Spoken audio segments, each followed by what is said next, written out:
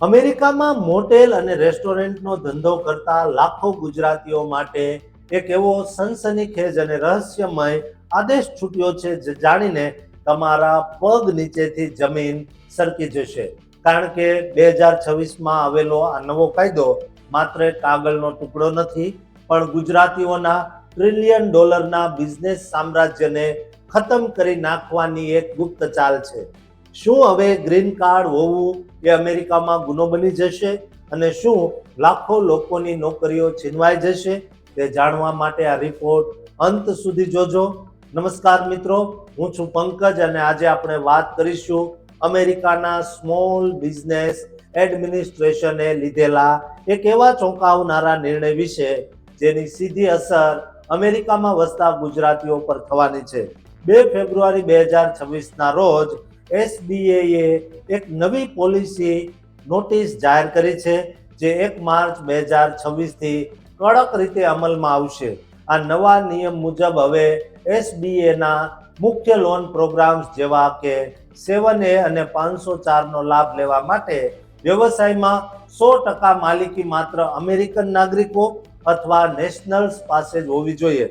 આનો સીધો અર્થ એ થયો કે જે લોકો પાસે ગ્રીન કાર્ડ છે તેમને હવે આ લોન મેળવવા માટે 1%ની માલિકી રાખવાની પણ મંજૂરી આપવામાં આવશે નહીં.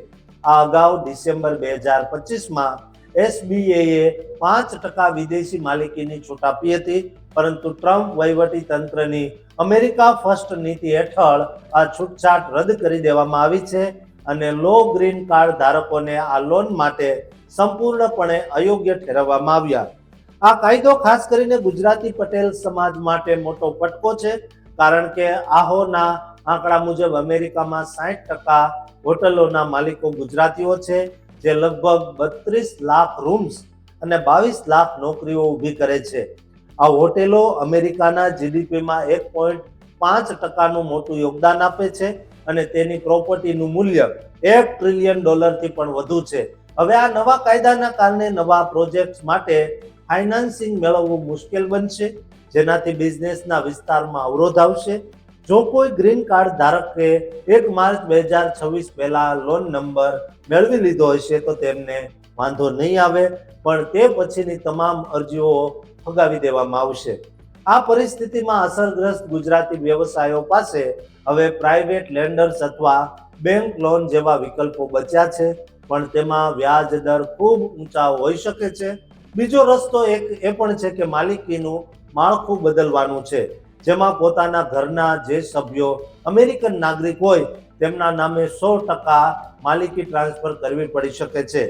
ટીકાકારો આ પોલિસીને ઇમિગ્રન્ટ વિરોધી ગણાવી રહ્યા છે, કારણ કે ઇમિગ્રન્ટ્સ અમેરિકામાં નવા ઉદ્યોગો સ્થાપવામાં હંમેશા આગળ રહ્યા છે.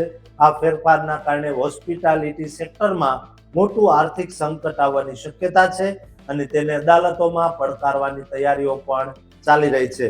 જે ગુજરાતીઓ નવા બિઝનેસ કે રિનોવેશન માટે SBA લોનની આશા રાખીને બેઠા હતા, તેમના માટે હવે સમય ખૂબ જ કસોટીજનક બની ગયો છે, કારણ કે હવે માત્ર અમેરિકન પાસપોર્ટ ધરાવતા લોકો જ સરકારી સસ્તી લોનનો લાભ લઈ શકશે. ગુજરાતીઓને મારી વિનંતી છે કે 1 માર્ચ પહેલા જો લોન જોતી હોય તો અત્યારે જ લઈ લેજો અને આ લોનના જે નિયમો આવ્યા છે તે અંગે તમારું શું માનવું છે તે કોમેન્ટ જરૂર કરજો અને આ ચેનલને સબસ્ક્રાઇબ કરવાનું ભૂલતા નહીં.